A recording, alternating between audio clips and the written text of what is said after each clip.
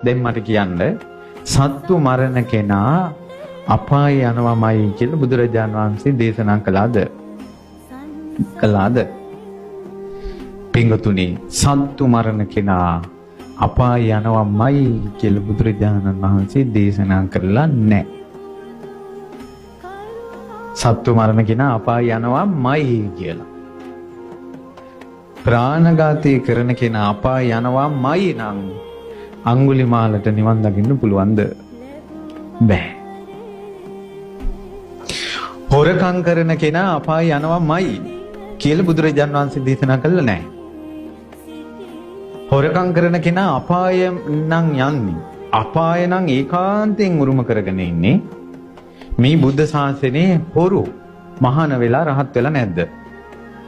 හොරකම් කරපු අය රහත් වෙලා තියෙනවා මහාන වෙලා. ඊටකොට එහෙනම් හොරකම් කරපු අයට රහත් වෙන්න බෑ. හොරකම් කිරීමෙන් අපාය යනවාමයි නම්. වැරදි කාම සේවනය කරන කෙනා අපාය යනවාමයි කියලා බුදුරජාණන් වහන්සේ දේශනා කළා නැහැ. වැරදි කාම සේවනය කියන්නේ කසාද බඳින්න කලින්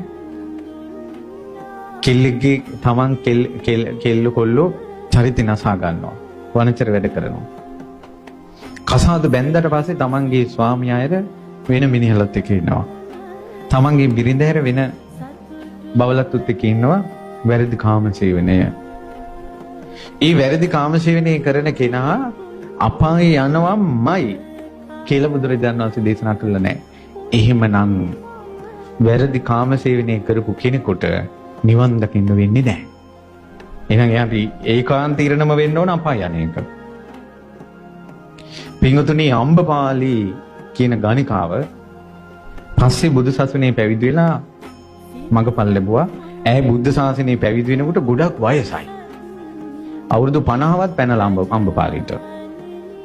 එතකොට යා අවුරුදු 30ක් 40ක් විතර අම්බපාලි මේ සම්පූර්ණයෙන්ම වෙසඟඩක් විදිහට හිටියේ. එහෙනම් ඈ නිවන් දැක්කනේ.